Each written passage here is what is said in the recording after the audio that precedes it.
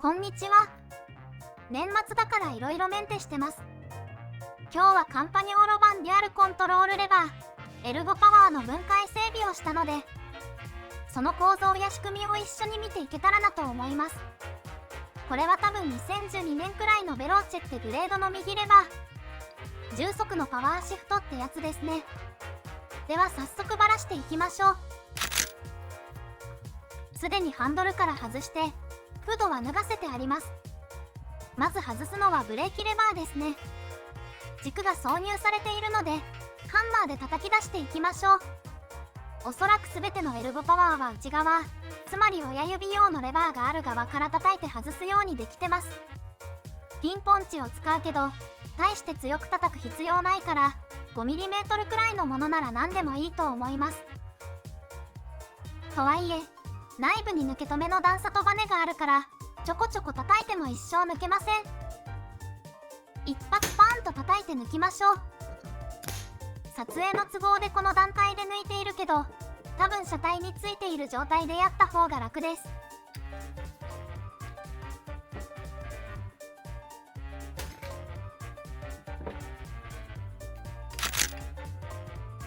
5年以上バラしてないけどどれくらい汚れているかな。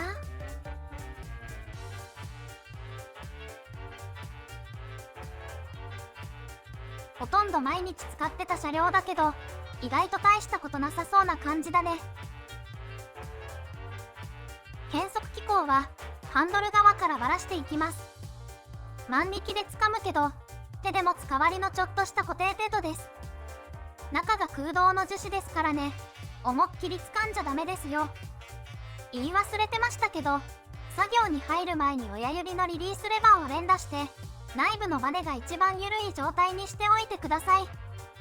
通常ならシフトワイヤーを外す段階でそうなっているとは思います。レンチは 2.5mm のようですね。今回必要な工具は 5mm くらいのピンポンチ、ハンマー、2.5mm の六角レンチ、ピンセット、ラジオペンチといったところです。意外と特別なものがいらないので楽ちんですね。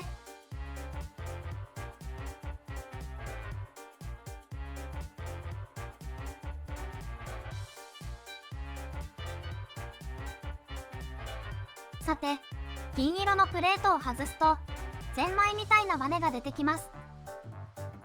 これはリリース時にワイヤーを巻き戻すためのバネですね。もちろんディレイラー側もワイヤーを引っ張るのでこっちは補助程度かと思います。片方の端がボディの穴に刺さっているので引っこ抜きます。穴に刺さっているだけですがちょっと硬いですね。ピンセットじゃ無理そうです。ラジオペンチで引っこ抜くことにします。こういうのを外すとき、外した後にバネがどれくらい回ったかを覚えておいてくださいね。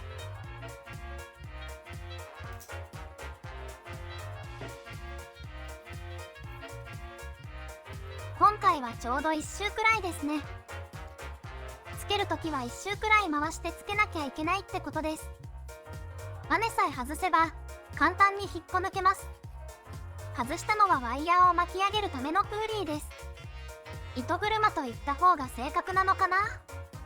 下からインデックス用のラチェット機構が姿を現しました。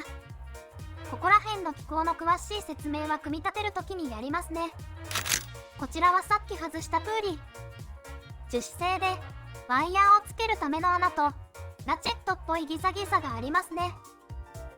これはリリース時に一段だけ戻るためのストッパー用のギザギザなのですが、これも詳しい説明は後でね。樹脂製でウィークポイントになりそうな部品だけどひどい摩耗はなさそう。よかったです。さて続きを分解しよう。 E0 って書かれたインデックス用のラチェット、逆向きにもつけれるから向きは覚えておいた方がいい。これも刺さってるだけだから引っ張れば簡単に取れる。レバーと爪が残ったけどこれは基本的に分解不可だからこっちサイドはここまで。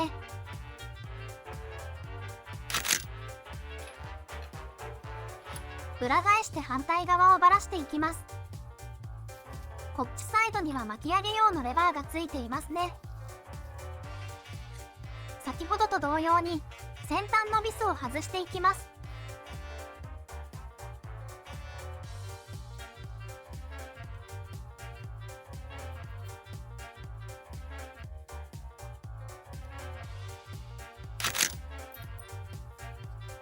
そしたら中央のシャフトを適当な棒で押せばシャフトを抜くことができます。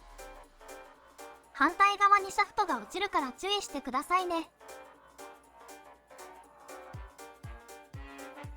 そしたら巻き上げレバー一式がボソッと外せるんだけど、レバーのリターンスプリングの一端がボディに刺さっているから少し外しにくい。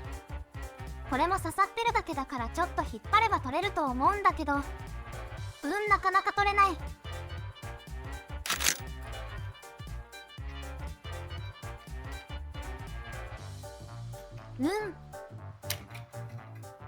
ドライバーでグイグイやって外しました。もっとうまい方法があるかもしれません。この部分がボディに差し込まれてました。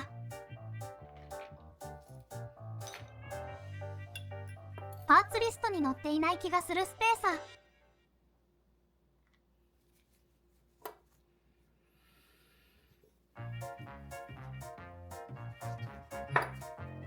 さっきも言った通り、リリースレバー周辺は基本的に分解できないから、これで分解完了です。意外と簡単というか、手順少ないですよね。これはさっき外した巻き上げ用のレバー一式。レバー用のラチェットとリターンスプリング、あとはスペーサー的な部品がついてる。ここはもっと分解できるけど、特に意味もなさそうだからやらない。こっからしばらくクリーニングタイムです。清掃中にカンパニョーロ、ベローチェの紹介を少しさせてもらいますね。ベローチェはカンパニョーロのロードバイク用のコンポ、カンパニョーロではグループセットと呼びますが、としてはかなり下のグレードです。これより下はミラージュとかゼノンとかが時期によってあったりなかったりしますが、これらは情報が少なくてよく知りません。単純にグレード順に並べてシマノの空やキアグラ相当と言われることもあります。ただベローチェでも上位グレードと結構共通点があるので、そういった意味では空やティアグラとはだいぶ違います。とはいえ105ほど高性能という感じもしません。シマノとカンパニョーロではグレード間の差別化方法がかなり違うので、無理に当てはめず該当なしといった方が実態に近いと思います。アーシはほぼ毎日これを使ってるんだけど、使い心地はとても良いし、故障らしい故障もしたことはありません。長年使ってもくたびれた感じが少なく、大好きなグループセットです。なお、現在は後継も含めて存在しないグレードとなってしまいました。悲しいです。では、気を取り直して機構の説明のためにバネ類を除いて仮組みしてみましょう。このシフターにはパワーシフトと呼ばれるタイプの機構が内蔵されています。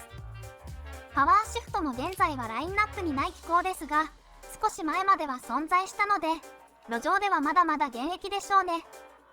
ギアを軽くする方向は一度に最大3段、重くする方向は1段ずつのシフトが可能。要するにシマノのデュアルコントロールレバーやラピッドファイアと大体同じ機能を持っています。ウルトラシフトの廉価版と思われがちですが、実際には全く別の機構をしており、別に安くするための構造といった感じもしません。仮組みできました。ワイヤーの巻き上げ部は一番ハンドル側についています。さっき言った通り、動作を見るためにバネ類は組んでいません。ワイヤーは下からセットして上方向に飛び出しますね。巻き上げレバーで巻き上がるのはまあ普通です。カチカチ音1回につき1速ですね。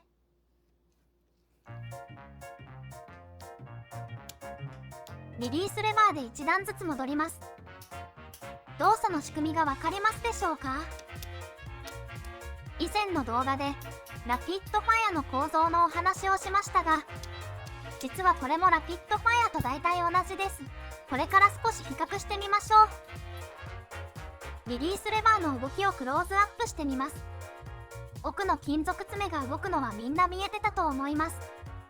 この金属爪はインデックス用のラチェットに噛み合っているので、これが起きるとワイヤーが巻き戻ろうとします。で、よく見るとリリースレバー自体にも爪がついていて、巻き上げプーリーのギザギザに噛み合うようにできていますね。こっちの爪はラピッドファイアでいうところのこの爪に該当します。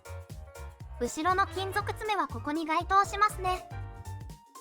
ラピッドファイアが1つのラチェットでやっていることを2つのラチェットに分散しているわけですね。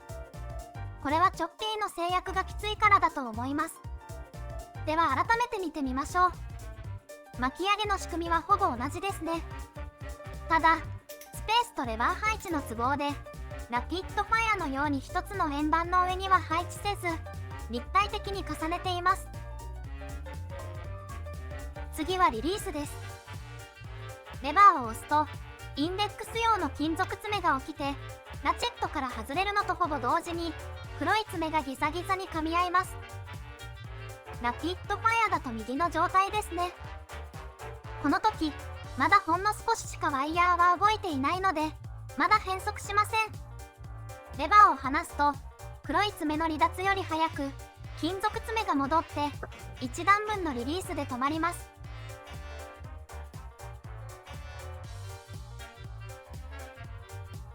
レバーを離すまで変速完了しないのも、ラピッドファイアと同じですね。一応インデックス用ラチェット単体でも見ておきましょう。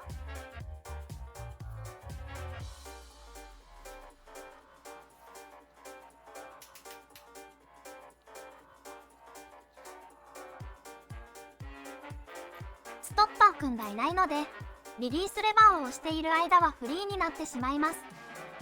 これじゃ機能しませんね。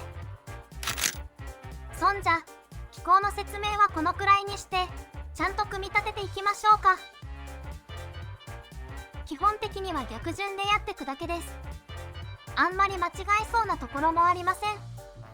グリスはオフロードバイク用の耐水グリスを使いました。単にこれが余ってたから使ってるだけで、何が良いかはよくわかりません。というか粘度高すぎてあんまり良くない気がします。おすすめのグリスがあったら教えてくださいね。巻き上げレバーを組み立てて、バネの一端をボディの穴に差し込みます。抜くのは少し大変だったけど、入れるのは簡単ですね。グリスを乗り代わりにして、スペーサーを間に入れます。このスペーサーだけ忘れる可能性ありそうですね。ボディの軸受けにグリスを塗っておきます。すごい色のグリスだ。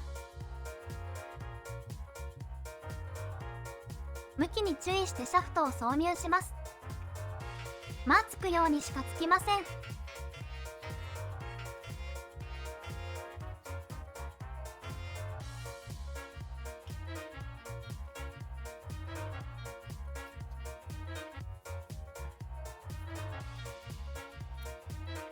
とりあえず仮締めしておきます。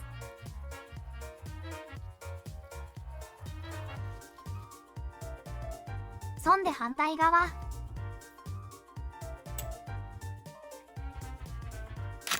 元と同じ向きにラチェットをセットする。このラチェットってよく見ると半分しかギザギザを使ってなくて、逆向きにつけるともう半分を使うようになる。で、何が変わるの？って何も変わらないように見える。これ何のための仕掛けなんすかね？誰か教えて。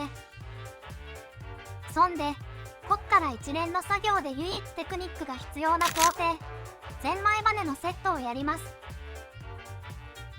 外した時1回転したので、つける時も1回転させる必要があります。ラジペンで先端を掴んで、ぐるっと回転させて狭い溝にセットする。失敗。このカメラがクソ邪魔な状況で、何回で成功するでしょうか？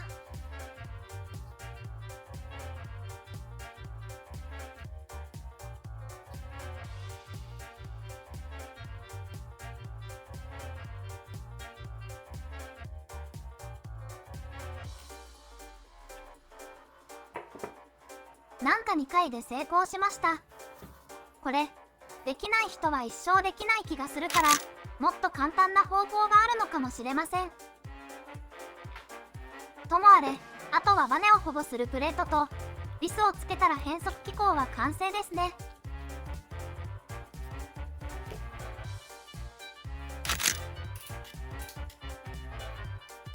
動作異常なし。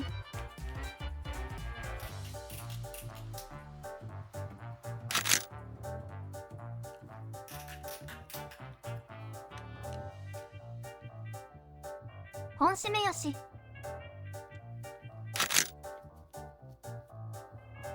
ブレーキレバーのクリーニングよし。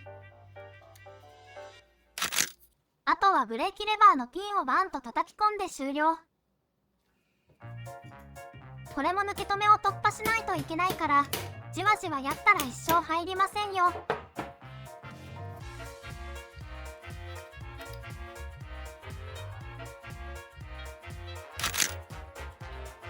はい、これでこの動画終わりです。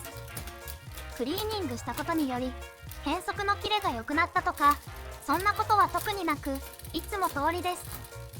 別にいつも通りでいいんです。思ったより長くなっちゃったけど、ご視聴ありがとうございました。この動画を気に入ってくれた人は、ぜひ他の動画も見てみてくださいね。チャンネル登録もしてもらえると嬉しいです。それじゃ、バイバイ。